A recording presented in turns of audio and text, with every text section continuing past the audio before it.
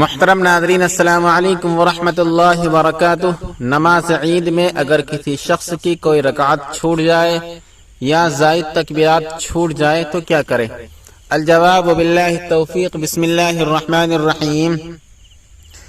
مسبوق شخص جس کی نماز عید میں پہلی رکعت چھوٹ گئی ہو، امام کے سلام پھیرنے کے بعد جب کھڑا ہو تو اولاً ثنا، تعوذ، تسمیہ، سورہ فاتحہ اور سورت پڑھے، پھر زائد تکبیرات کہیں، اس کے بعد رکوع سجدہ کر کے بقیہ نماز پوری کر لے۔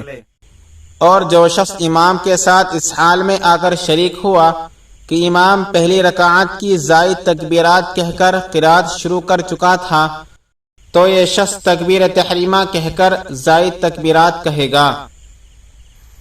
اور اگر امام کو رکوع میں پایا تو اگر امام کے ساتھ رکوع چھوٹ جانے کا اندیشہ ہو تو ایسی صورت میں تکبیر تحریمہ کہہ کر کھڑے کھڑے زائد تکبیرات بھی کہے، پھر امام کے ساتھ رکوع میں شامل ہو جائے۔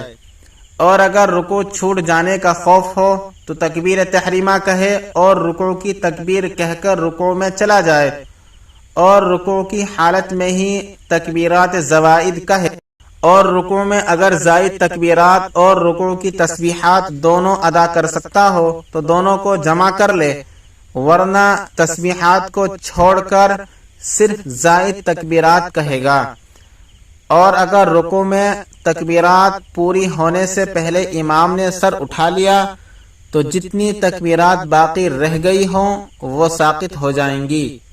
بحوالہ کتاب النوازل۔ ویڈیو پسند آئے تو لائک کیجئے، شیئر کیجئے اور چینل کو سبسکرائب کر دیجئے۔